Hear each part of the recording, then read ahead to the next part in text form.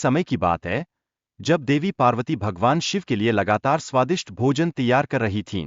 लेकिन यह क्या, भगवान शिव की भूख कभी समाप्त नहीं हो रही थी। यह स्थिति पार्वती का मन भारी किए हुए थी और वह सोच रही थीं कि ऐसा क्यों हो रहा है। जैसे जैसे समय बीत रहा था, भगवान शिव का वजन बढ़ने लगा। यह देखकर देवी पार्वती और भी चिंतित हो गईं। उन्होंने इस रहस्य को समझने का निश्चय किया कि आखिर ऐसा क्या है जो उनके पति की भूख को शांत नहीं कर पा रहा है। नंदी, जो भगवान शिव का प्रिय वाहन था, वह भी इस भूख के रहस्य को नहीं समझ पा रहा था। यह एक गहरा राज बन गया था और सभी को यह जानने की जिज्ञासा थी कि आखिर इतनी भूख क्यों लग रही है। देवी पार्वती और नारद मुनि इस समस्या से परेशान थे। वे मिलकर इस गुत्थी को सुलझाने के लिए प्रयासरत थे ताकि भगवान शिव की भूख का उचित समाधान निकाला जा सके। ब्रह्मा जी, जो सृष्टि के रचनाकार थे, इस स्थिति को समझ नहीं पा रहे थे। उन्होंने विष्णु जी से मदद मांगने का सुझाव दिया, यह सोचते हुए कि शायद विष्णु जी इस रहस्य का हल निकाल सकें। ऐसी स्थिति में एक महादेव के भक्त ने कठिन तपस्या की थी। उसकी गहरी भक्ति के कारण महादेव ने उस भक्त की बीमारी को अपने ऊपर ले लिया था, जिससे यह स्थिति और भी जटिल हो गई। भगवान शिव को एक अनोखी भूख का रोग हो गया था, जिससे देवी पार्वती को चिंता हो रही थी। इस बीमारी का समाधान खोजने के लिए सभी देवताओं ने मिलकर विचार विमर्श किया।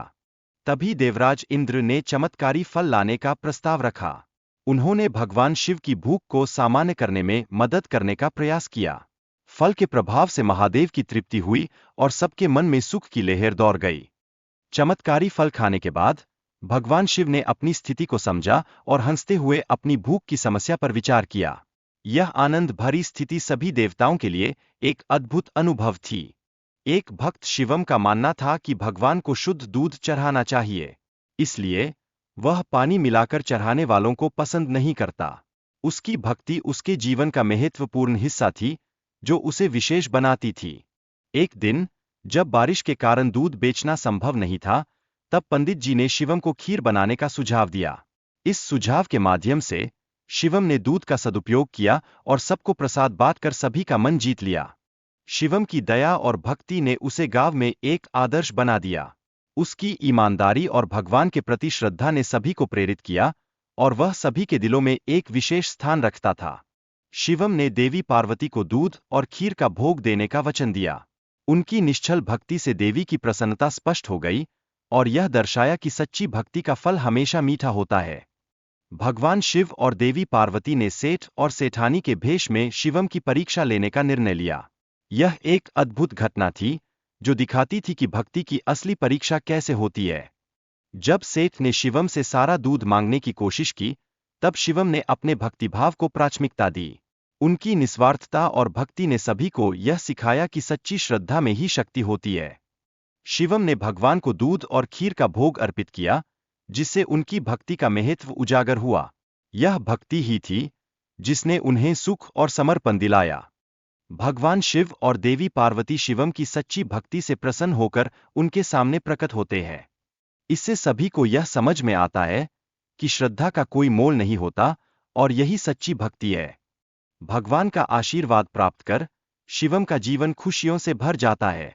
मां पार्वती खुशी से बारिश में नृत्य कर रही थीं, मानो वह भगवान शिव का दिल जीतने के लिए साक्षात प्रकृति का आनंद ले रही हों। जब वह थिरकती है, तो ऐसा लगता है जैसे आसमान भी उनके उत्साह का हिस्सा बन गया हो। यह दृश्य हमें बताता है कि कैसे यदि हम प्रकृति से जुड़ते हैं, तो हमारी आत्मा भी खुशियों से भर जाती है। इसके बाद देवी लक्ष्मी और देवी सरस्वती के साथ मिलकर मां पार्वती ने पृथ्वी लोक पर जाने का विचार किया। यह उनके बीच की गहरी दोस्ती और सहयोग की भावना को दर्शाता है, जैसे कि वे एक साथ मिलकर दुनिया को और भी सुंदर बनाने का संकल्प कर रही हों।